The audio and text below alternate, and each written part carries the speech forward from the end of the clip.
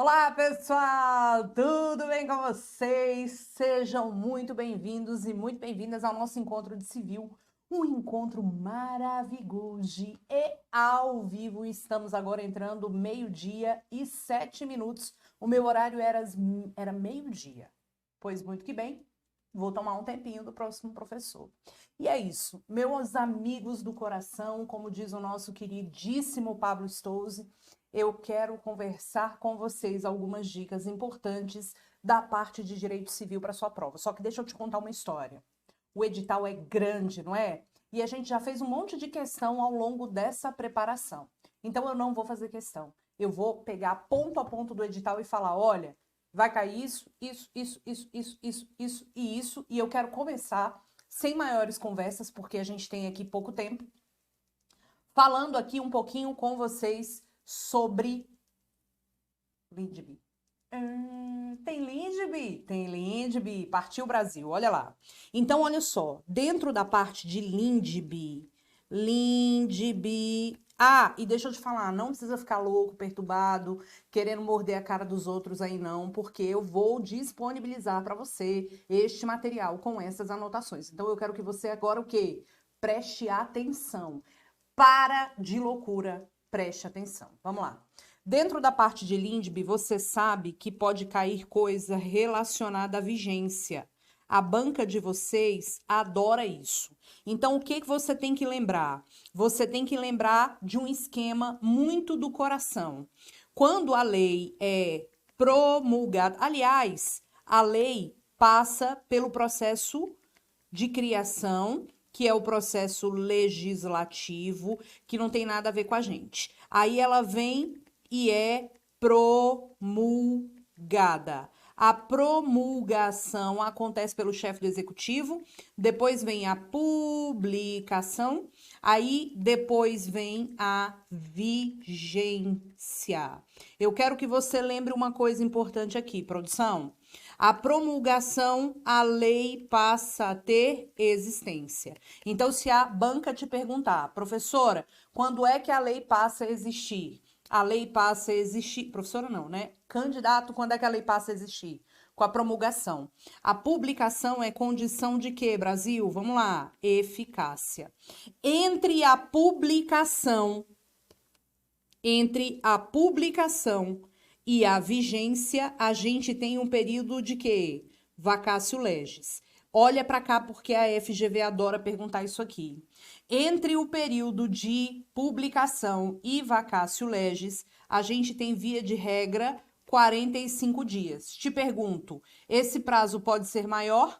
Pode. Pode ser menor? Pode. Pode ser zero? Pode. E, professora, o que a banca gosta de perguntar sobre essa parte de vacatio legis? Eu quero que você lembre que o período de contagem de vacatio legis inclui o dia da publicação. A contagem é contínua, conta sábado, domingo, feriado e todos os santos dias entre esse período. É corrido. E termina no último dia. A vigência começa no dia seguinte. Precisa ser dia útil, professora? Claro que não, porque nós não estamos falando de processo, estamos falando de vacatio legis. Quanto mais complexa a lei, maior o prazo de vacatio legis será. Cada que tem que dar tempo do povo saber o que está acontecendo na vida deles, que vai mudar pela lei, e a gente tem que respeitar. Então, se a gente tem que respeitar, a gente tem que saber o que a gente tem que respeitar. E é isso. Então, olha para cá. Cuidado. Quando a gente fala de vigência, produção, presta atenção agora. Quando a gente fala de vigência, dois princípios regem a vigência. O princípio da obrigatoriedade e o princípio da continuidade. Vamos memorizar? Obrigatoriedade e continuidade. Obrigatoriedade e continuidade. O que vem a ser o princípio da obrigatoriedade mesmo? Ninguém pode descumprir a lei dizendo que não conhece. Ah, professor, então eu não posso matar o meu ex e depois falar, eu não sabia que não podia matar as pessoas. Não pode. Porque existe o princípio da obrigatoriedade. Essa obrigatoriedade é absoluta, a FGV adora. É absoluta? Não, não é absoluta. E a continuidade é absoluta? Também não. O que quer dizer a continuidade? Quem é que lembra? Continuidade tem a ver com a vigência da lei vai ser contínua até que ela morra. salvo as leis temporárias, que já nascem com data certa para sua morte. E aí, deixa eu te falar, quando você tem a continuidade, a lei vai ter vigência até que outra lei a modifique ou revogue, porque no Brasil, somente lei revoga lei. E é isso, Brasil, somente lei revoga lei. Então, eu quero que você não esqueça essa conversa. No Brasil, somente lei revoga lei, ok? No Brasil, somente lei revoga lei. Fala comigo no chat se você tá lembrando disso aí, porque o momento hoje é de recordar, tá bom? Professora, costume negativo revoga lei? Conte-me mais sobre isso. Eu quero que você lembre do nosso rei, o nosso rei Ginaldo Rossi, que diz naquela canção Garçom uma grande verdade. Garçom, aqui nessa mesa de bar, você já cansou de escutar centenas de casos de amor. Garçom, no bar todo mundo é igual, o meu caso é mais um, é banal, mas preste atenção, por favor. Saiba que o meu grande amor hoje vai se casar. Mandou uma carta pra me avisar. Deixou em pedaços o meu coração. E pra matar as tristezas, só mesa de bar. Quero tomar todas, vão me embriagar. Se eu pegar no sono, me deite no chão. O que o garçom faz? Serve bebida alcoólica para quem já está bêbado. E isso é o quê? Contravenção penal. Servir bebida alcoólica para quem já está bêbado. E aí, deixa eu te contar. Por que o garçom faz isso? Essa lei está revogada? Não, porque no Brasil somente lei revoga lei. Decora, costume negativo não revoga lei. Costume negativo não revoga lei. Costume negativo não revoga a porra. Porque somente lei revoga lei. Vamos lá. Eu tenho aqui em minhas mãos, o quê? A seguinte informação. Somente lei revoga lei. Eu posso ter uma abrogação, que é a revogação total, uma derrogação, que é a revogação parcial. Ab total, derroga parcial. A lei nova derroga parcialmente a lei anterior. E não esqueça, é possível que a revogação seja expressa, caso que a lei nova vem expressamente e fala acabou tudo. Revogação expressa, ou a revogação pode ser tácita. Quando é que a revogação pode ser tácita mesmo? A revogação pode ser tácita quando a lei nova quando a lei nova dispõe sobre matéria da lei anterior ou é com a lei anterior incompatível, sem mencionar a revogação. Tudo bem? Muito cuidado com essas questões, porque a FGV adora cobrar essa parte de vigência. E não esqueça, a lei nova chega igual a Ludmilla. Cheguei chegando na morra toda. Chega chegando, ou seja, ela produz efeitos imediatos aos casos pendentes e futuros. Por falar nisso, eu quero que você lembre que o Estatuto da Pessoa com Deficiência fez uma revolução no sistema de incapacidade. Professor, o que diabo você está falando? Estou falando de uma coisa importante. Quando o Estatuto da Pessoa com Deficiência entrou no ordenamento jurídico, em julho de 2015, tendo o período de vacatio legis de 180 dias, lá em julho de 2015, então passou a ter vigência em janeiro de 2016, pessoas deficientes dormiram incapazes e acordaram capazes. Porque um outro ponto que a gente tem que lembrar, a lei nova chega chegando, bagunçando a porra toda, a lei nova é muito Ludmilla, ela chega produzindo efeitos imediatamente. Então, quando o Estatuto da Pessoa com Deficiência chegou e falou, agora eu tenho vigência nesse negócio, as pessoas que eram incapazes passaram a ser o quê? Completamente o quê, Brasil? Completamente capazes. E o seguinte é esse. Vamos aqui no nosso material. Então, essa parte aqui, muito de boa, você não vai esquecer. Check na parte de lei de introdução, tá bom? Deixa eu te contar. Hoje, e isso aqui, gente, É tipo muito FGV, tá?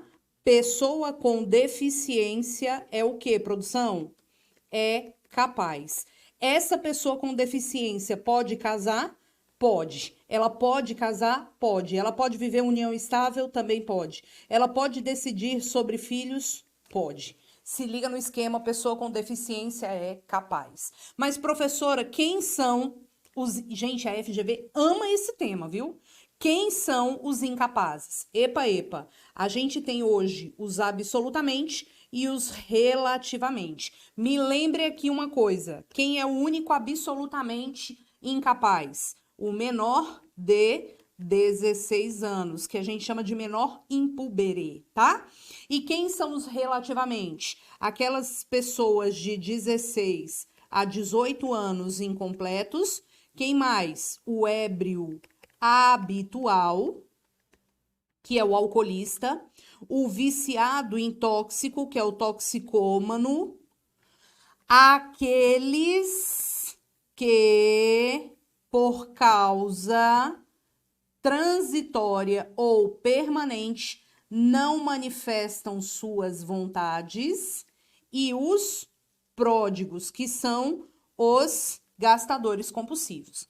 Quero que você observe o seguinte: essas pessoas aqui são os incapazes. Pessoa com deficiência é o quê? Capaz. Então, se cair na sua prova uma questão muito categoria de FGV que diz assim, João tem síndrome de Down, João quer casar, João quer celebrar um casamento, João quer fazer um contrato de locação, João pode tudo isso? Pode. Mas, professora, ele tem síndrome de Down, não importa. Pessoa com deficiência é presumidamente capaz. Agora, se na pior das hipóteses a pessoa com deficiência não consegue manifestar vontade, então tem que constar expressamente na questão. A pessoa não consegue manifestar vontade, ela será, na pior das hipóteses, relativamente incapaz. Porque se o PCD não manifesta vontade, se ele não manifesta vontade, ele será, na pior das hipóteses, o quê?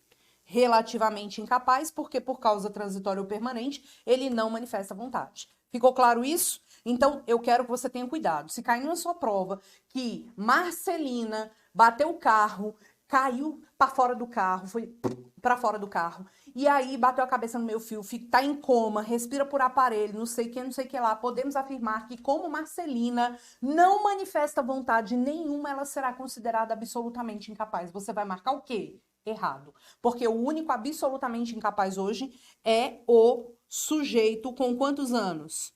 16 anos. E você não vai errar uma miséria dessa na sua prova, tá? Tadinha da Marcelina, tá bom? Então, cuidado. Agora, eu quero te fazer uma pergunta.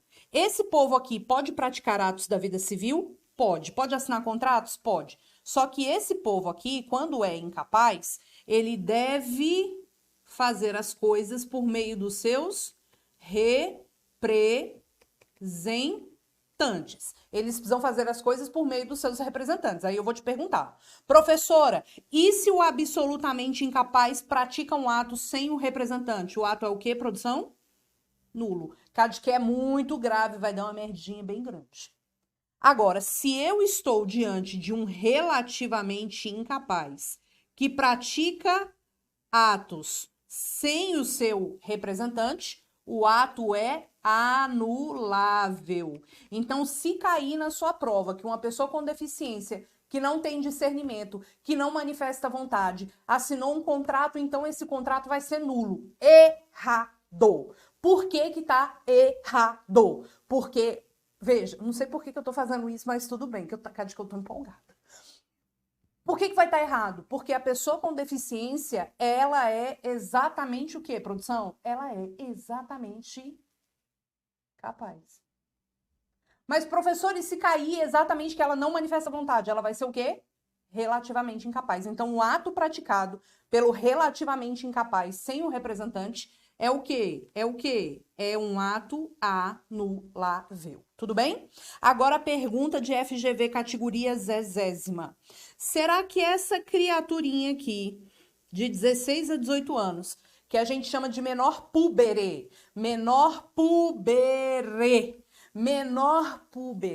Roberta, o que é o menor púbere? É aquele que tem de 16 a 18 anos e que teria, pela opinião do legislador, alcançado a puberdade, menor púbere. O menor de 16 é o menor impúbere. Impúbere. Tudo bem que quando eu tinha 16 eu parecia um girinho. Mas, né? Não que tenha mudado muito, mas agora, enfim, o povo com 16 parece que tem 35. Vamos lá. Será que essa criatura aqui, que tem aí essa idade aqui, ó, esse povo aqui, de 16 a 18 anos, será que esse povo pode praticar algum ato sem o representante e este ato ser válido? Professora, eu sei que tem, porque a FGV cobra e eu já fiz até essa parada aí de questão. Eu sei que na minha prova pode cair. O que essa criatura com 16 anos pode fazer e o ato ser válido, mesmo sem o representante?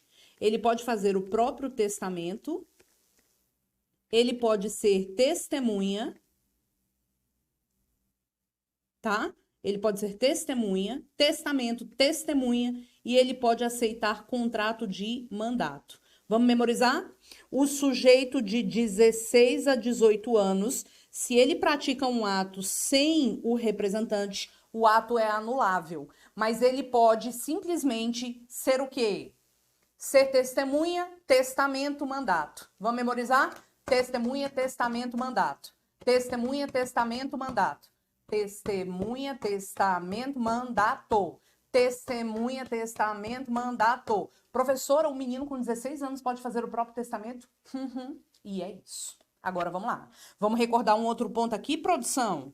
Olha lá, dá o print nessa tela. 3, 2, 1. E deixa eu te falar.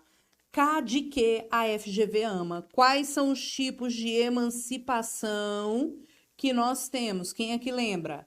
Emancipação voluntária, emancipação judicial, FGV ama isso, e emancipação legal. Quais são os casos de emancipação, prof? Voluntária é concedida pelos pais, direto no cartório, mediante escritura pública. Precisa de homologação judicial? Não. E a criatura tem que ter quantos anos? Pelo menos 16 anos. É irrevogável. O pai e a mãe decidem. Agora, quando o menor, tá no teu edital, se liga no esquema, quando o menor não tem sobre ele o poder familiar dos pais. Ah, professora, tem poder familiar. Poder familiar é o poder que os pais possuem sobre os filhos menores. E não esqueça, o poder familiar pode ser perdido. Professora, é possível perder o poder familiar? Bora falar porque está expresso no seu edital. Olha aqui, vou pular para esse slide aqui, mas já eu volto no outro. Poder familiar é o poder que os pais possuem sobre simplesmente os filhos. Todos os filhos? Não, apenas filhos, o quê? Menores. Professora, é possível perder o poder familiar? Sim. A perda do poder familiar, e se você fala perca do poder familiar, eu quero que o seu celular caia no vaso. Se você fala perca, vai cair o celular no vaso. Então, vamos lá. Olha lá, perda do poder familiar, que é o mesmo que destituição. Quando acontece a destituição do poder familiar, a gente vai ter aqui categoricamente uma situação judicial. Eu só posso perder o poder familiar sobre meus filhos de forma judicial, por decisão judicial. Professora, tem novidade na parada? Isso está previsto no artigo 1630 e eu quero que você observe que violência doméstica, feminicídio, tentativa de praticado contra a mãe dos filhos da criatura faz perder o poder familiar dos filhos menores. Se liga nesse ponto, Brasil. Faz perder o poder familiar dos filhos menores, tá? Então, o pai que agride fisicamente ou pratica violência doméstica em face da mãe dos filhos dele, perde o poder familiar sobre os filhos menores. Aí a FGV coloca assim, o João tem 30 anos e tem como filho o Marcelino, 18, a Marcelina, 10 e o Joãozinho, 3. O carinha lá, o pai, pratica violência doméstica contra a mãe. E podemos afirmar que ele perdeu o poder familiar sobre todos? Não. Ele perde o poder familiar sobre o menor, ok? Somente sobre os filhos menores. E não esqueça, violência doméstica é causa de perda do poder familiar. Quando o menor não tem sobre ele o poder familiar dos seus pais, ou porque os pais são falecidos, ou porque os pais perderam o poder familiar, a gente vai chamar o tutor. O tutor é o carinha que vai tomar conta do filho menor. E não esqueça, tutor não emancipa tutelado. Bora memorizar? Tutor não emancipa tutelado, tutor não emancipa tutelado, tutor não emancipa tutelado. E é isso. Então, olha aqui, ó. O menor que seja aí tutelado, ele pode ser emancipado por decisão do juiz, mediante uma sentença, por um processo judicial, ouvido o tutor não emancipa tutelado, e o MP, porque a gente sabe que o MP atua nos casos que envolvem interesse de incapazes. Quando a criaturinha aqui já tenha o quê? 16 anos, certo? Professora, e a emancipação legal? Quais são os casos de emancipação legal? Primeiro caso, casamento. FGV ama. Vamos lá? Com quantos anos eu posso me casar? Com 16 anos. A idade núbio para o casamento é aos 16 anos. Idade núbio para o casamento é aos 16 anos. Mediante consentimento dos pais. Então, para você conseguir casar com 16, você tem que ter o consentimento dos pais. Casou com 16, automaticamente você está emancipado. Aí vem a FGV e fala, João casou com 16 anos e o João divorciou com 17. Ele volta a ser incapaz? Não. Não volta a ser incapaz, é um caminho sem volta, penso duas vezes, tá bom? Ele está emancipado. União estável aos 16 anos emancipa? Nani, não. Então, esse caso aqui não se aplica à união estável, tá bom? Casamento com 16 anos. Vamos a uma pergunta importante. É possível casar com menos de 16 anos? O que você me diz? É possível casar com menos de 16 anos? Claro que não.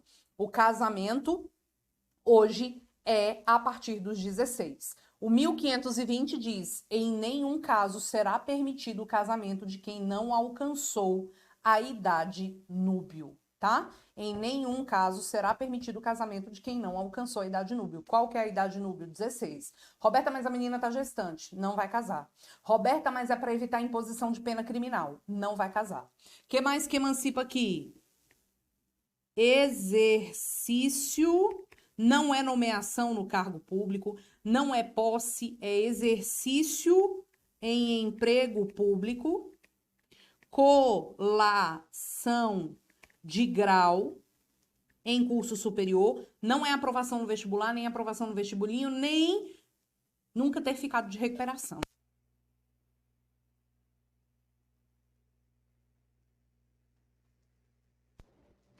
É exatamente colação de grau em curso superior, tá?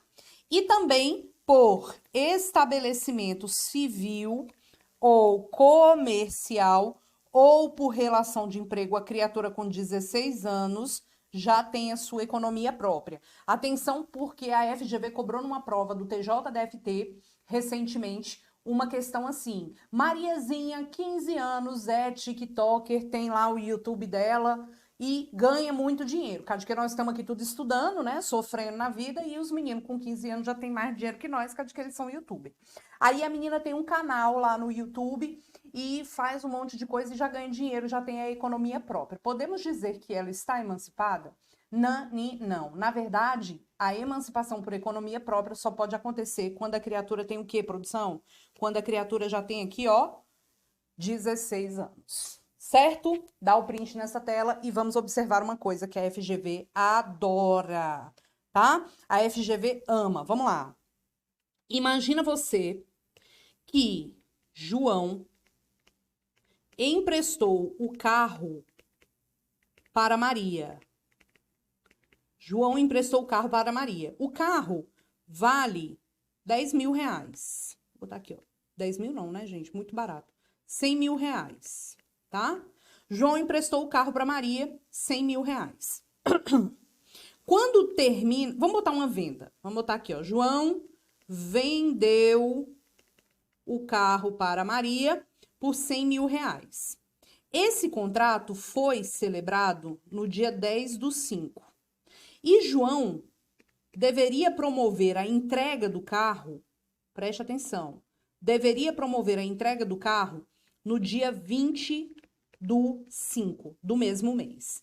Então, a gente vai fazer um desenho no tempo aqui. Você que está fazendo questão de prova, você vai verificar isso. Eles celebraram um contrato no dia 10/5, tá? E no dia 20/5 seria a data pela... Olha o Marcelino! No chat, um beijo, Marcelino. Obrigado por lembrar do meu nome. Vamos lá. Dia 20/5 era a data que deveria ocorrer a entrega. Vamos lá. Imagina que no dia 15, presta atenção, o carro estava, então, portanto, com o João, porque ele ainda não tinha que ter feito a entrega. Veio, gente, vocês não vão acreditar, um raio e caiu em cima do carro. Eu te pergunto, raio, é um fortuito ou força maior? Alguém é responsável por isso? Tipo, destruir o carro. Se o carro é destruído antes da tradição, que é a entrega, por um fortuito ou força maior, ou seja, sem culpa. Se o carro é destruído antes, ou seja, sem culpa. Se o carro é destruído sem culpa do devedor, quem é o devedor? É o João, porque o João tem que entregar o carro para Maria. Maria pagou 100 mil reais pelo carro, ele ficou de entregar dia 20/5, então o carro se perdeu sem culpa do devedor. Se a perda foi sem culpa, o que a gente faz? Resolve a obrigação. O que significa dizer resolve-se a obrigação? Significa dizer que eu te devolvo o seu dinheiro e você fica com o seu prejuízo. Porque a coisa se perde para o dono. Então, se você compra o carro comigo e antes da data da tradição, você já me pagou, antes da data da tradição, que é a entrega, vem um raio, uma enchente, um fortuito e destrói o carro, ou acontece algo que eu não tenho culpa, eu vou ter que te devolver o dinheiro e, ó, problema meu. Agora, imagina você, a FGV adora isso, imagina você que a entrega tinha que ser no dia 20/5. Aí, dia 20/5, o João fala, porra, man, eu vou viajar aqui, não vou entregar esse carro hoje, não, vou entregar o carro dia 25, que é o dia que eu volto. Perceba que a entrega do carro deveria acontecer em qual momento, gente? A entrega do carro deveria acontecer neste momento aqui. E ele não entrega. Aí, ele deixa o carro lá estacionado na garagem dele, bem bonitinho, bem quietinho. E no dia 22/5, vem o raio e cai em cima do carro. E destrói o carro. E explode o carro. E aí, ele responde ou ele não responde? Cuidado. Via de regra, o devedor não responde. Via de regra, o devedor não responde pelos danos que não lhe foram imputados, que não são por culpa dele. Via de regra, ele não responde pelos danos que não sejam culpa dele. Então, se o carro cai antes da tradição, da data da tradição, ele não é responsável. Mas se ao tempo do fortuito ou força maior, ele já estava inadimplente porque ele não entregou o carro na data, aí ele vai responder sim. Então, cuidado, porque o raio caindo em cima do carro no dia 22/5 já era para o carro estar com a Maria.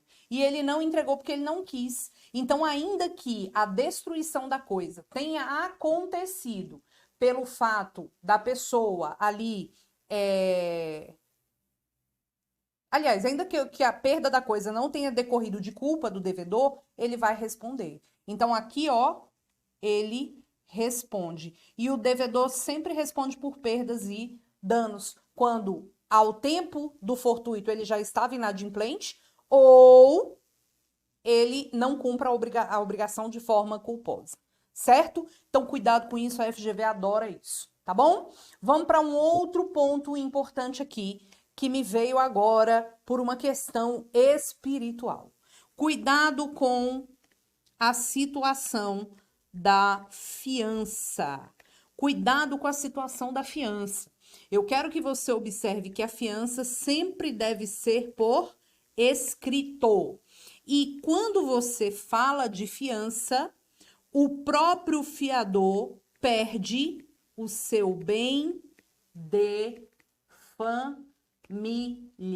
E bem de família está no seu edital. Então, eu quero que você tenha cuidado. Imagina que temos um contrato de locação. Temos um contrato de locação. Contrato de locação entre Maria e João. E o Antônio é o fiador.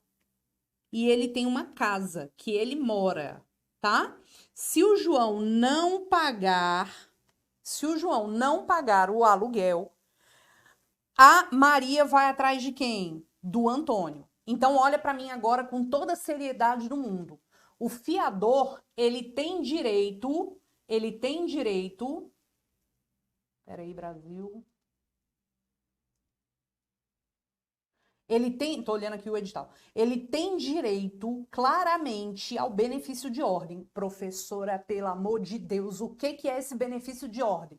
O benefício de ordem é você, fiador, exigir que primeiro seja executado o bem do devedor para depois, se ainda assim ele não pagar, você entrar em cena. Então, a gente está falando aqui de benefício de ordem. Então, o fiador, ele tem esse direito de colacionar que primeiro sejam executados os bens do devedor. Então, Antônio tem o chamado benefício de ordem. Benefício de ordem, tá? Ele tem esse benefício de ordem. Agora, deixa eu te falar. O Antônio pode, por uma cláusula contratual, renunciar o benefício de ordem? Pode. Ele pode, por uma cláusula contratual, renunciar o benefício de ordem. Tranquilo, tranquilo, tranquilo. Se ele renuncia o benefício de ordem, a gente pode executar direto quem? Direto o Antônio. E detalhe, Antônio perde o próprio bem de família. O fiador perde o próprio bem de família. E não tem mais essa discussão se a fiança foi prestada num contrato de locação, comercial ou residencial, não interessa. O fiador perde o próprio bem de família. E não tem churumela. Agora tem um detalhe que também está no seu edital. Pessoa casada, ela pode prestar fiança, professora? Pessoa casada pode prestar fiança?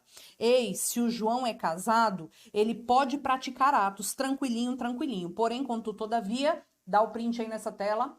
3, 2, 1. Olha lá. Se a pessoa é casada, para praticar os seguintes atos, precisa da autorização do mozão. Os casos? Quais são os casos? Primeiro, alienar bens imóveis. Essa regra só não vai se aplicar se o regime for de separação absoluta de bens, tá? Só não vamos ter a aplicação dessa regra se o regime for o regime da separação absoluta de bens. Professora, qual que é o artigo que consta essa regra? É o artigo 1647. Separação absoluta de bens é aquela separação convencional, artigo 1647, tá? Então, alienar bens imóveis, o que mais que ele pode fazer? Prestar, ser autor ou réu em ações que discutam esses bens. Então, se ele quer ser autor ou réu, Raquel vai falar com vocês mais tarde sobre o processo civil, ele tem que ter a autorização do cônjuge. Prestar fiança ou aval, tá? E fazer doação não remuneratória de bens que venham a integrar futura meação. Então, bens comuns ou bens que venham a integrar futura meação. Cuidado. A pessoa casada, para praticar esses atos, precisa de autorização do mozão. Professora, e se o mozão não quiser dar a autorização? Você pede para o juiz autorizar. Se você não pedir para o juiz, o caso é anulável no prazo de 2 anos. Então, a pessoa que aliena o bem imóvel sem o consentimento do cônjuge, aí o juiz também não supriu a falta, o ato é anulável, ok? Outra dica importante, vamos lá? Dá o print, 3, 2, 1. Outra dica importante, não pode ser objeto de contrato herança de pessoa viva, tá? Artigo 426. FGV adora. Aí ela chega e fala assim: Joãozinho é o único herdeiro do milionário Antônio José Riquinho da Silva. É o único herdeiro. E aí ele tá precisando de dinheiro hoje, cara, de que ele tá com muitas dívidas. E aí ele chega pro amigo dele, o Zé Mané da Estrela, e fala assim: ô Zé Mané, se você me der 500 pau aqui agora na lata à vista, eu te dou, eu faço um documento com tu aqui, transferindo os meus bens que eu vier a adquirir lá na frente, quando da morte do Riquinho da Silva aqui, que eu sou um único herdeiro, que eu sou mais bonito que todo mundo, eu te dou um documento. Tu me dá 500 mil, aí ele vai lá e dá 500 mil. E aí faz um documento escrito. Tan, tan, tan, tan, tan, tan, tan, tan, tan. O Antônio Zé Mané aqui vai ser o recebedor da herança no meu lugar. Não pode. Se alguém pratica um ato desse, além de ser sonso, este ato vai ser um ato nulo. De que não pode, Brasil. Tá? Então, quem pratica ato de herança de pessoa viva, o ato é o quê? O quê? O quê? Nulo. Professora, que mais que pode estar na minha prova e eu tenho medo? Eu tenho medo. Vamos lá. Pode estar na sua prova direitos de personalidade. Direitos de personalidade, que são aqueles direitos ligados à dignidade da pessoa humana. Deixa eu te falar, quando alguém viola direito de personalidade de outra pessoa, a gente está sujeito aos danos. Que dano? Dano moral, dano material, dano estético, a depender do que foi violado, tá? E esses danos são ligados à dignidade da pessoa humana. Então, se eu tô falando de dignidade de pessoa humana, eu tô falando de pessoa humana. Mas eu vou te fazer uma pergunta. Pessoa jurídica sofre dano moral? O que você me diz? Sofre dano moral? Sim. Pessoa jurídica pode sofrer dano moral. Por exemplo, pela violação da sua honra objetiva. Tu tá bem lá no Instagram falando mal de uma determinada empresa. Essa empresa pode sofrer um dano moral pela violação da honra objetiva. Qual é a diferença da honra objetiva para a honra subjetiva? Honra objetiva é aquela honra que está ligada ao que as pessoas pensam de alguém. Honra subjetiva é o sentimento que a pessoa tem de si. Então, a PJ não tem um coraçãozinho. Então, na verdade, ela pode sofrer pela honra objetiva. Tudo bem? Não sofre pela honra sub. E deixa eu te falar, via de regra, quem sofre, pessoa jurídica que sofre dano moral pelas manifestações de pensamento das pessoas, é pessoa jurídica de direito privado. Pessoa jurídica de direito público, não esqueça do caso Georgina de Freitas, que deu aquele rombo no INSS, e inclusive ela já fez até a passagem. O STJ entendeu que pessoa jurídica de direito público pode sofrer dano moral quando ocorrer por conta de um ato praticado por alguém um abalo na credibilidade institucional. Então, cuidado com isso, tá? Agora, vamos lá. Pessoa jurídica pode sofrer dano moral, blá, blá, blá. Agora, em relação a essa questão, eu te pergunto, qual que é o prazo prescricional para pleitear o dano moral? O prazo prescricional, via de regra, é de 3 anos, tá? Prazo prescricional aqui, via de regra, de 3 anos. Então, a ação indenizatória para postular o dano moral em virtude de um ato praticado por alguém é um prazo prescricional de 3 anos, ok? Lembre-se de um ponto importante, súmula 647 do STJ. Cuidado com a súmula 647. Ela diz que são imprescritíveis aliás, é imprescritível a ação de indenização movida contra o Estado por conta de torturas oriundas da ditadura militar. Então, nesse caso, torturas, perseguições políticas não estão sujeitas à prescrição, ainda que você esteja buscando dano moral contra a União, ok? Beleza? Então, para direito de personalidade, a gente tem o prazo prescricional de 3 anos. Professora, sobre isso, alguma orientação? Primeiro, no Brasil, entendimento do Supremo. Não é possível direito ao esquecimento. Ponto. 2. Não é necessária a autorização do biografado para publicação de biografias. Nem dos seus familiares, mesmo que ele seja morto. Não há necessidade. Então, primeira ideia, não há no Brasil direito ao esquecimento por conta da não censura. E liberdade de informação e expressão. 2. No Brasil não há necessidade de pedido de autorização do biografado para publicações de biografia. Ainda que o biografado seja falecido, os familiares também não precisam autorizar. Agora, biografar significa contar a verdade da vida da criatura. Se você falar demais e falar besteira, você vai ser punido. Com o quê? Dano moral, dano material, o que for. Então, tudo bem. E detalhe 3, a DPF 4275. Não é preciso cirurgia de transgenitalização, nem autorização judicial para mudar o sexo no registro civil e o prenome. Muito cuidado com isso. Não preciso de autorização judicial nem cirurgia para isso.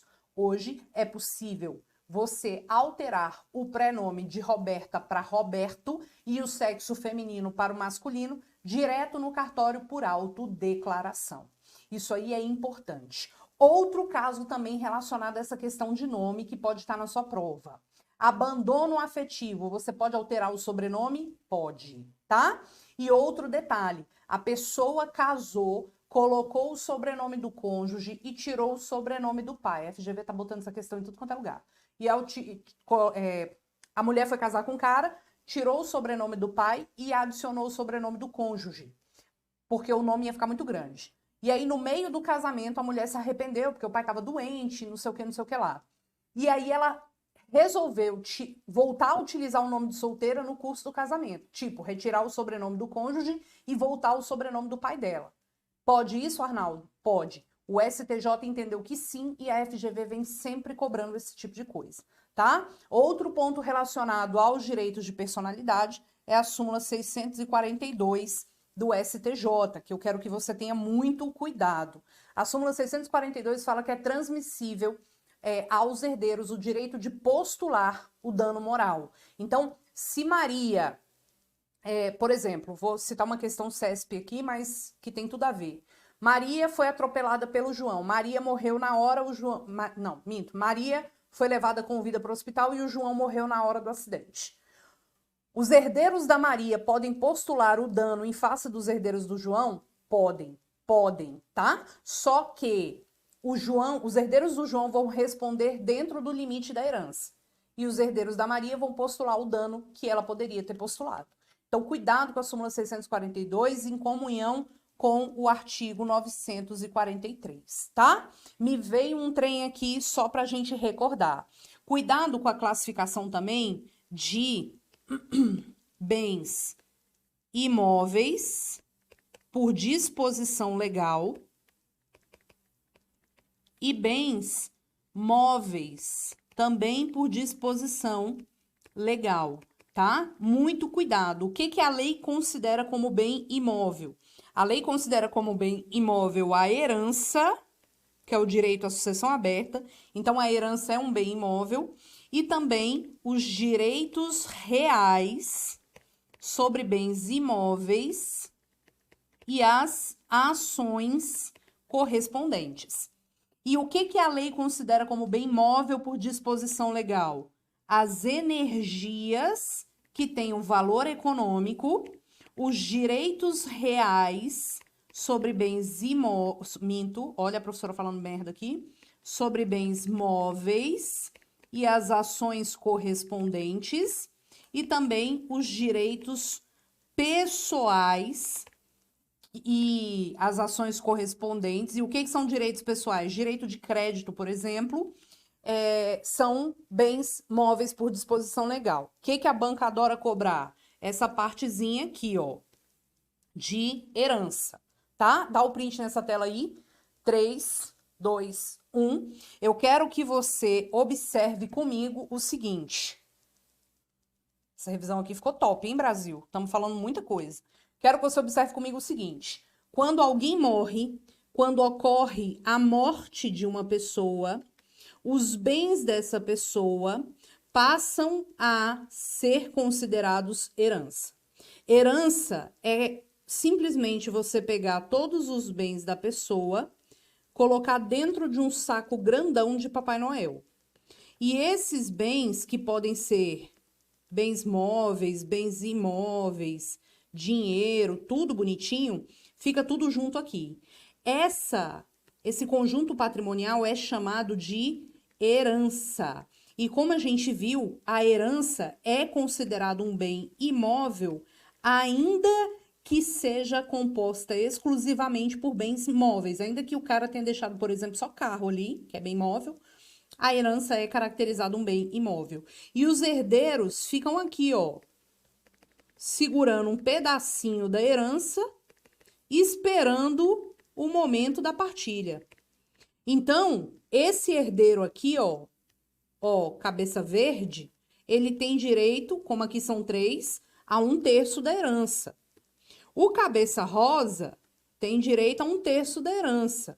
E o cabeça cinza vai ter direito a outro terço da herança. De modo que forma-se entre essas pessoas um condomínio. Quando você tem várias pessoas donas de um imóvel, forma-se um condomínio. Não esqueça, o herdeiro ele é dono de uma cota, tá vendo? Ele é dono de uma cota, então ele não pode ceder bem específico da herança. Ele tem que ceder a cota dele. Se ele quiser ceder a cota dele para terceiros, ele pode, desde que ele ceda a cota e não um bem específico, porque existe um condomínio. Só que o detalhe, os demais herdeiros têm preferência, e isso aqui é para qualquer situação de condomínio. Mesmo que para donos de bens imóveis, se você quiser vender sua cota para alguém, você primeiro tem que oferecer para os demais herdeiros ou demais proprietários para que eles exerçam o direito de preferência. Se você violar isso, o herdeiro ou o coproprietário que, né, foi preterido, ele pode adjudicar o bem. Ele pode depositar em juízo o valor e falar, eu quero é para mim, não podia esse cara ceder para um terceiro, ok? Cuidado. E na questão de serem herdeiros, quem são os herdeiros de uma pessoa? Quem é que lembra? Qual é a chamada ordem de vocação hereditária? Quando alguém morre, a herança será deferida em que ordem? Primeiro, descendentes. Não havendo descendentes, vai para quem?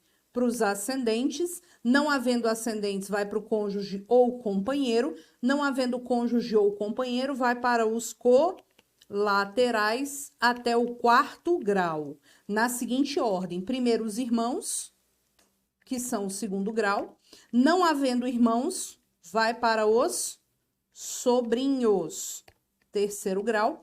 Não havendo sobrinho, vai para os tios, 3º grau. Não havendo sobrinhos, vai para... Cadê aqui? Vai para os primos, 4º grau. O que a FGV gosta de perguntar? Gosta de perguntar aqui, ó. Entre tio e sobrinho, quem tem preferência? Sobrinho. O tio só vai receber se o sobrinho não receber. E desse povo aqui, somente é herdeiro necessário descendente, ascendente, cônjuge ou companheiro. Lembrando a vocês o seguinte, meu Brasil brasileiro. Herdeiro necessário sempre tem direito a pelo menos 50% dos bens do falecido. Aí vem a pergunta: uma pessoa sempre pode fazer testamento? Sempre pode fazer testamento. Uma pessoa sempre pode fazer o testamento. Mas ela tem que ter cuidado, porque para fazer o testamento, a gente tem que observar o quê? A gente tem que observar que, se ela tem herdeiro necessário, ela só pode dispor até 50% dos seus bens. E para fechar com chave de ouro, vamos recordar um negócio aqui. Dá o print nessa tela. Tô chocada com tanta coisa que a gente falou, Brasil.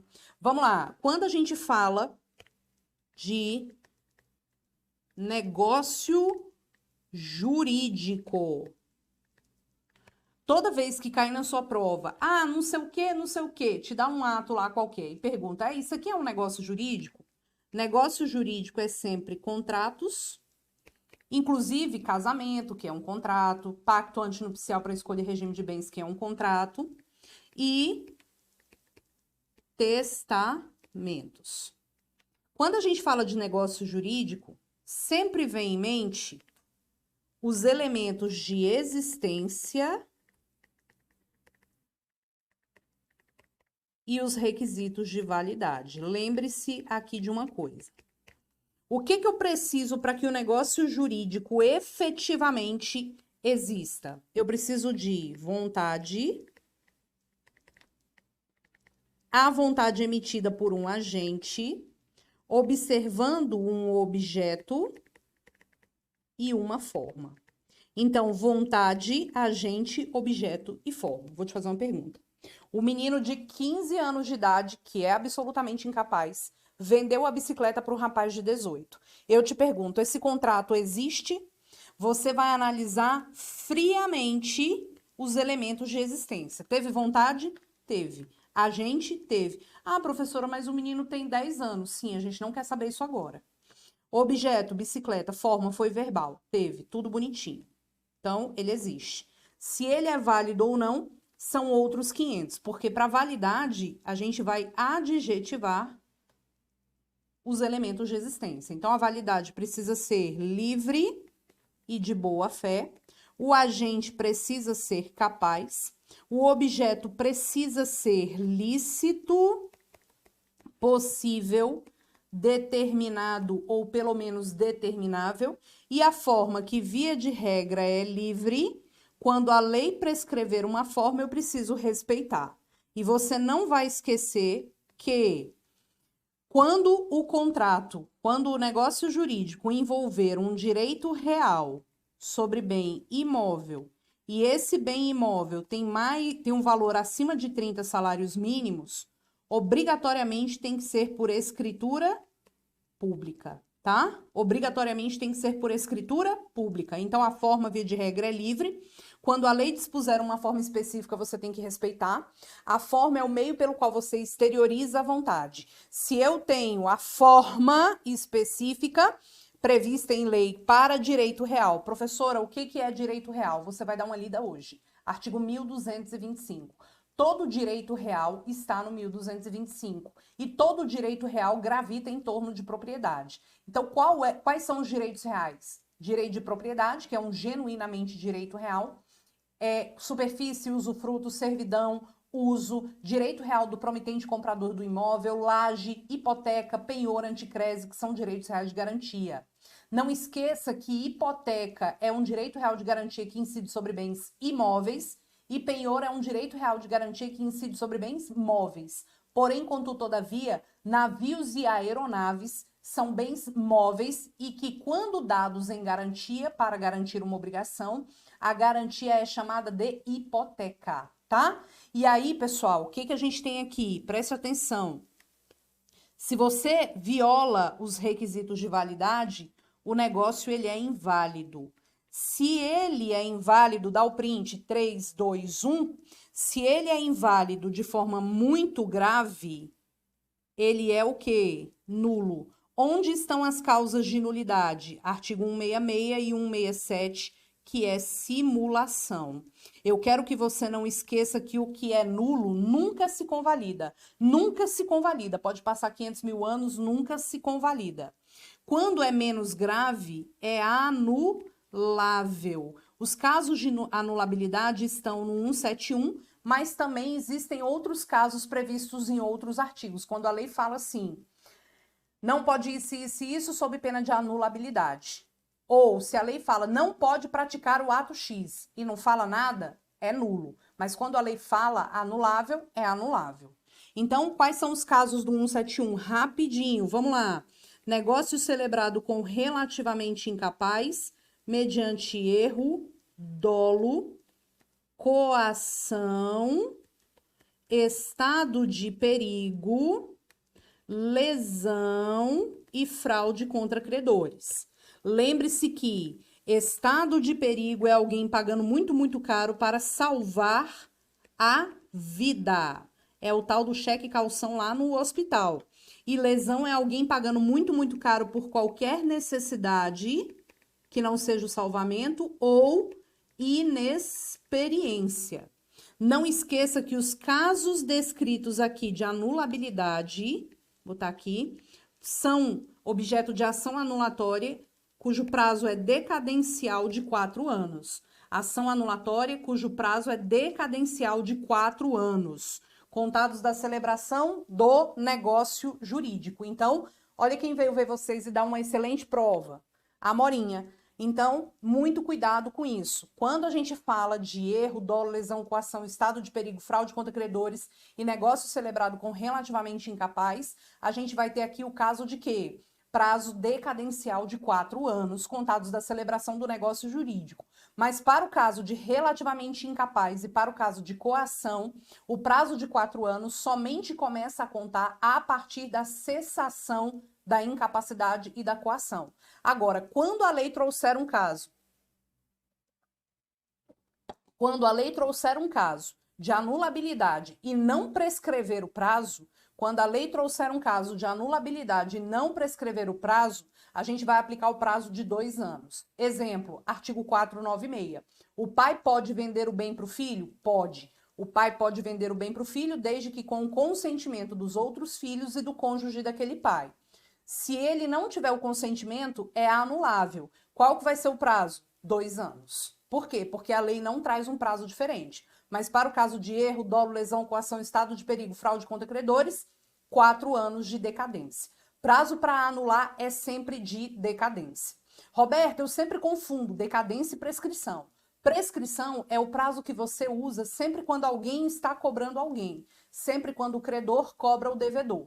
Quais são os prazos de prescrição? Todos no artigo 205 e 206. O 205 tem o prazo prescricional de 10 anos e o 206 de 1, 2, 3, 4, 5 anos. O 206 são casos específicos descritos nesse artigo. Se você não tem um caso específico descrito nesse artigo, você vai para o artigo 205, que é o prazo máximo de 10 anos. Memoriza que alimentos são 2 anos, ação de indenização 3 anos, responsabilidade extracontratual e também aluguéis, 3 anos. Memoriza isso. Enriquecimento sem causa, 3 anos. São os casos mais recorrentes. E não esqueça que responsabilidade civil contratual, o prazo é de 10 anos. Causou um dano para alguém por conta de um contrato, responsabilidade civil, 10 anos. E outra, por fim, não existe responsabilidade civil sem dano. Responsabilidade civil sem dano é um corpo sem cabeça, como diz o professor Pablo. Não significa nada. E é isso. Eu tô chocada com o tanto de coisa que a gente falou. E eu tô mega feliz porque eu consegui passar aqui tudo o que eu queria para vocês. E aí eu quero que você tenha o máximo de cuidado possível. Ah, e não esqueça, o pai pode vender o bem para o filho mediante consentimento sob pena de anulabilidade. Mas o pai pode doar o bem para o filho? Doar pode, para doação não precisa de consentimento, e lhe digo mais, para doação não precisa de consentimento, mas o filho que recebe o bem aqui em vida, lá no inventário vai ter que colacionar. O que é colacionar? Dizer, excelência, eu já recebi tantos reais por conta do bem lá atrás que meu pai doou para mim. E é isso. Beijo no coração, fiquem com Deus. Eu peguei um pouquinho da aula do próximo professor, porque o professor anterior tomou um pouquinho da minha aula e eu tinha aqui o nosso tempo de aula, tá bom? Beijo no coração, fiquem com Deus, mandem bem, botem pra nessa prova. Beijo, beijo, tchau. Espero você no tribunal lá. E o dia que eu for advogar lá, eu quero ser bem tratada. Beijo, tchau.